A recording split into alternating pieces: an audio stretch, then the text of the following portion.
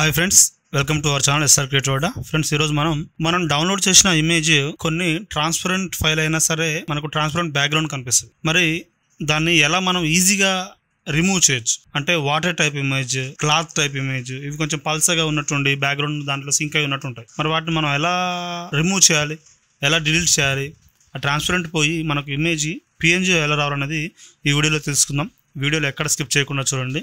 Late చేయకుండా start చేసేద్దాం. Let's get started.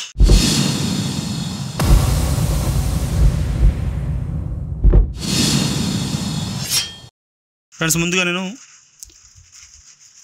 Transparent mixed ఉన్న కొన్ని ఇమేజ్ డౌన్లోడ్ చేసుకొని పెట్టుకున్నాను. సో ఫోటోషాప్ ఓపెన్ చేశాను. ఫోటోషాప్ ఓపెన్ చేసి న్యూ క్యాన్వాస్ తీసుకున్నాను. లాక్ తీసేసాను. ఇప్పుడు ఒక ఇమేజ్ నేను డ్రాగ్ అండ్ డ్రాప్ చేస్తాను. చూసారా, దీనికి ట్రాన్స్పరెంట్ బ్యాక్గ్రౌండ్ ఉంది. ట్రాన్స్పరెంట్ ఇమేజే, బట్ అది పిఎన్జీ కాదు. సో బ్యాక్గ్రౌండ్ ఎరేజ్కి వెళ్ళి బ్యాక్గ్రౌండ్ ఎరేజ్ టూల్కి వెళ్తున్నాను. నేను ఎరేజ్ ఆప్షన్లో బ్యాక్గ్రౌండ్ ఎరేజ్ టూల్ సెలెక్ట్ చేసుకున్నాను. సెలెక్ట్ చేసుకొని బ్రష్ సైజ్ ఎంత ఉంటే అంత పెద్దగా పెట్టేస్తున్నాను. హార్డ్నెస్ పెద్దగా పెట్టుకోవచ్చు, మీ రిక్వైర్మెంట్ని బట్టి పెట్టుకోండి. ఓకే, తర్వాత ఇక్కడ మనకు ఆప్షన్స్ ఉన్నాయి చూసారా. ఫస్ట్ ఆప్షన్ వచ్చేసి శాంప్లింగ్ కంటిన్యూస్. సెకండ్ ఆప్షన్ వచ్చేసి మళ్ళీ చూడండి, ఫస్ట్ ఆప్షన్ వచ్చేసి శాంప్లింగ్ కంటిన్యూస్, సెకండ్ ఆప్షన్ వచ్చేసి sampling once, sampling background swatch. మీకు ఇప్పుడు సెకండ్ ఆప్షన్ నేను సెలెక్ట్ చేసుకుంటున్నాను, కంటిన్యూస్ పెట్టుకుంటున్నాను. సో టాలరెన్స్ వచ్చేసి 50% పెట్టాను. ఇప్పుడు చూడండి, దీని మీద ట్రాన్స్పరెంట్ రిమూవ్ చేయాలంటే ఫస్ట్ మనం దాన్ని రెస్టైజ్ లేయర్ చేయాలి. రెస్టైజ్ లేయర్ చేసినాక చూసారా, అలా క్లిక్ చేస్తే ఆటోమేటిక్గా మనకు ఆ ట్రాన్స్పరెంట్ బ్యాక్గ్రౌండ్ అనేది రిమూవ్ అయిపోయి ఇమేజ్ మనకు పిఎన్జీ లాగా మారిపోతుంది. సో ఇక నేను మీకు బ్యాక్గ్రౌండ్ ఆఫ్ చేసి కూడా చూపిస్తాను. సో ఒకటి అయిపోయింది.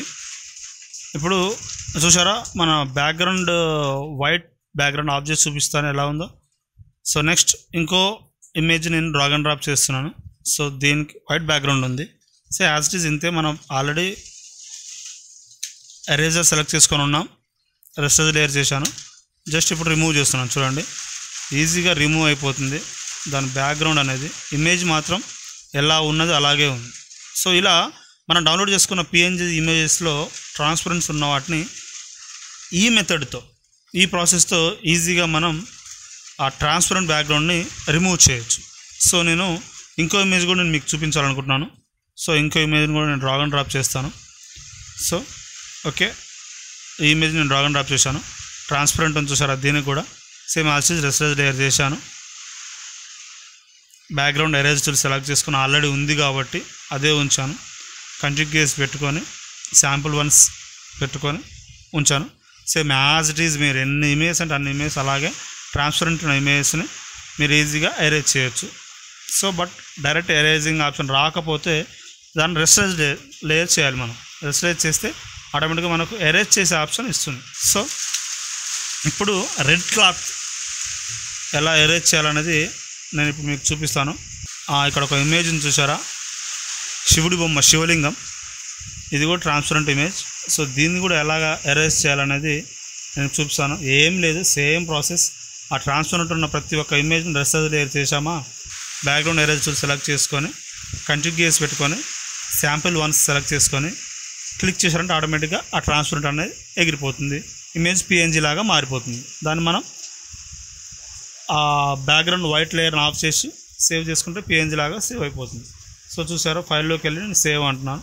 అలా సేవ్ యాజ్ అని వారి కంప్యూటర్కి వెళ్ళి మీరు ఏదంటే అందులో సేవ్ చేసుకోవచ్చు.